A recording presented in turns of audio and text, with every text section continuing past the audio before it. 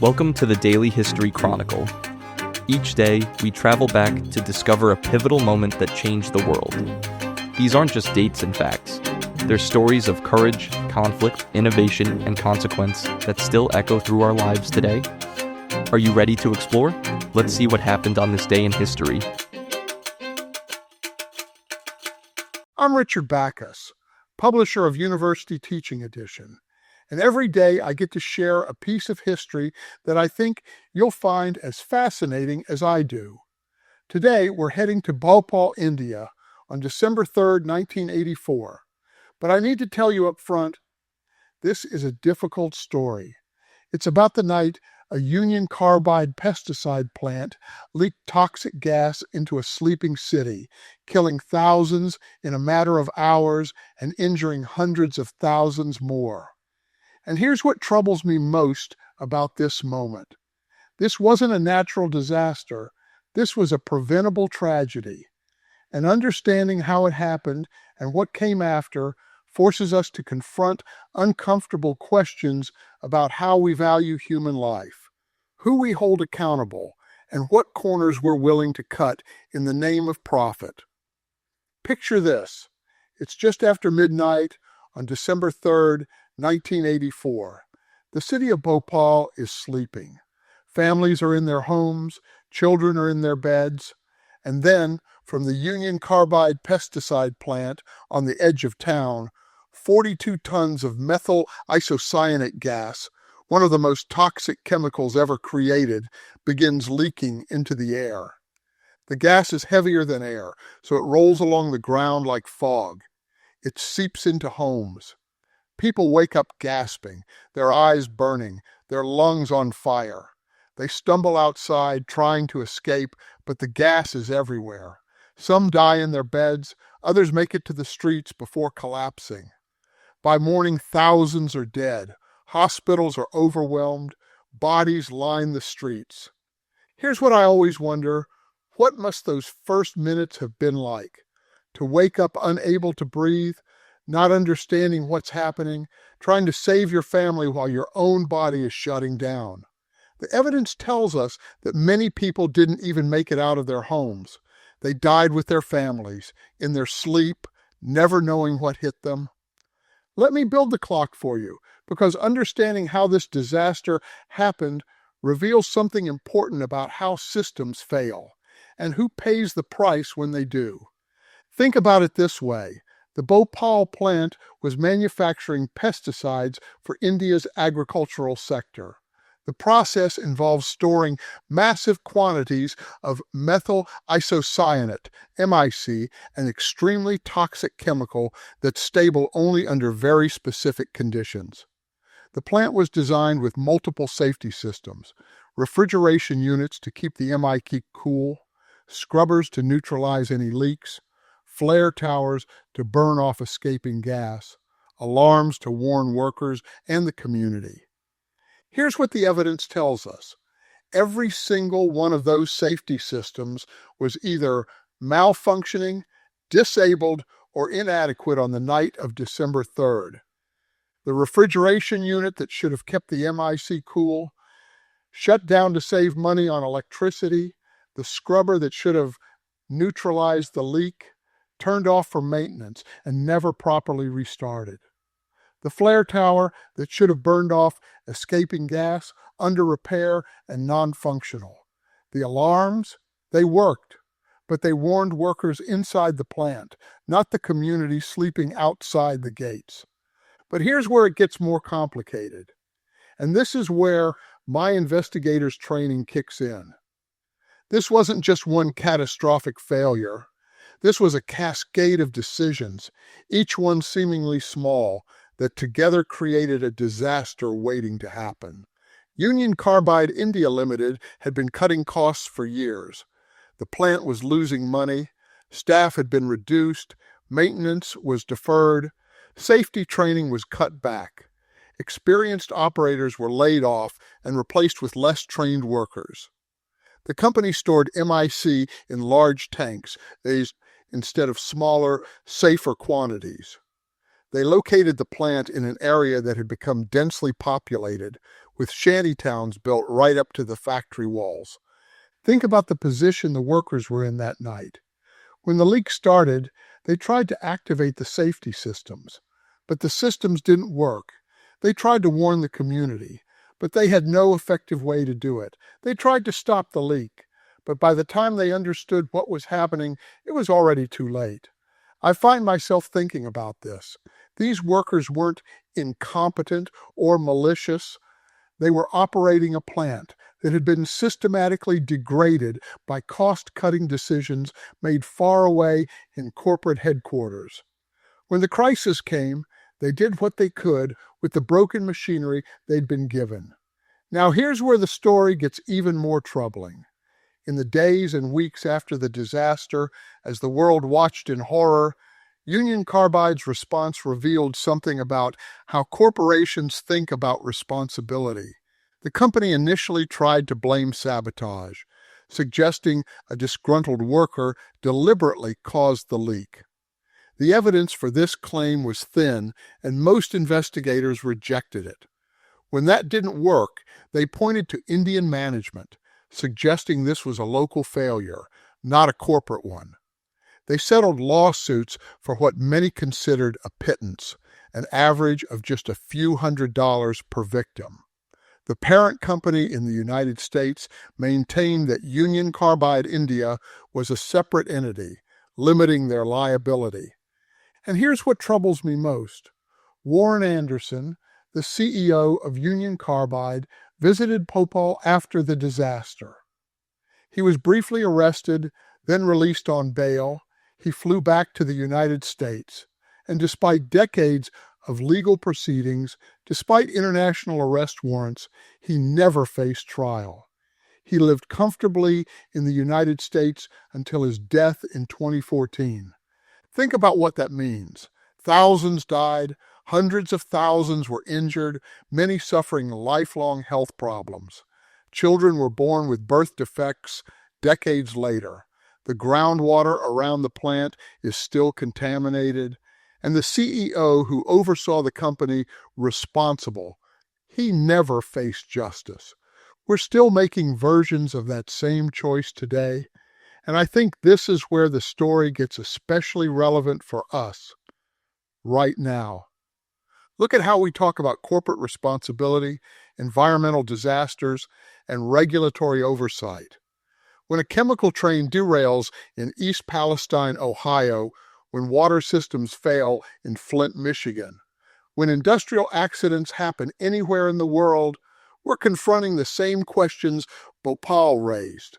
Who's responsible? What safety measures are adequate? How do we value the lives of people living near dangerous facilities? And most importantly, can corporations be trusted to regulate themselves, or do we need stronger government oversight? Here's what fascinates me. The pattern repeats, but we keep acting surprised. After Bhopal, we had investigations, new safety protocols, promises that nothing like this would ever happen again, and yet industrial disasters keep happening. The names and places change. Deepwater Horizon, Rana Plaza, East Palestine, but the underlying dynamics remain remarkably similar. Think about it. Companies face pressure to cut costs and maximize profits. Safety systems are expensive, maintenance is expensive, well-trained staff is expensive. And when nothing goes wrong for years, those expenses start to look wasteful. So safety measures get degraded, little by little, until something catastrophic happens. And here's where it gets uncomfortable. We're all part of this system. We want cheap products, we want profitable investments, we want economic growth, and companies deliver those things partly by cutting costs, including safety costs. When we demand the cheapest pesticides, the cheapest plastics, the cheapest everything, we're creating the economic pressure that leads to Bhopal-style decisions. I find myself thinking about this a lot lately because the evidence shows something troubling. Where disasters happen matters. Bhopal happened in India, in a poor neighborhood, to people with limited political power. The safety standards were lower than they would have been in the United States.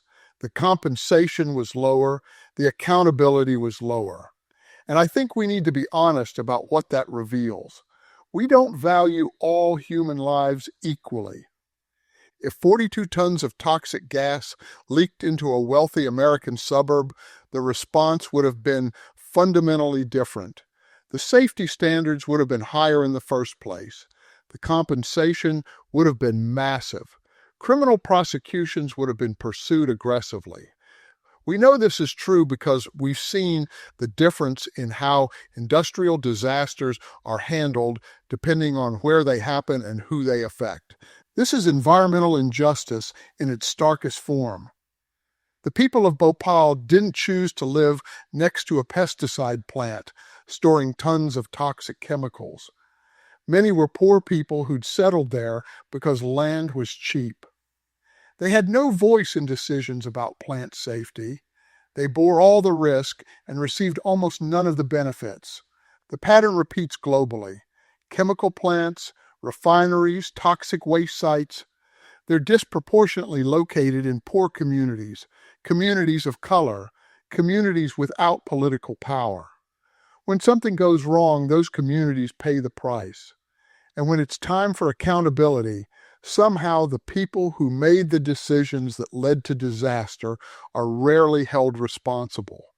We're seeing this play out right now in debates about climate change and environmental regulation.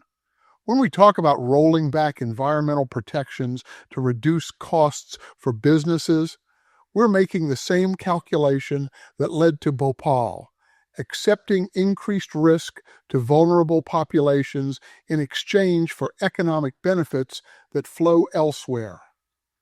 So as we think about that terrible night in Bhopal 40 years ago, I think the question for us isn't just about chemical safety or corporate accountability.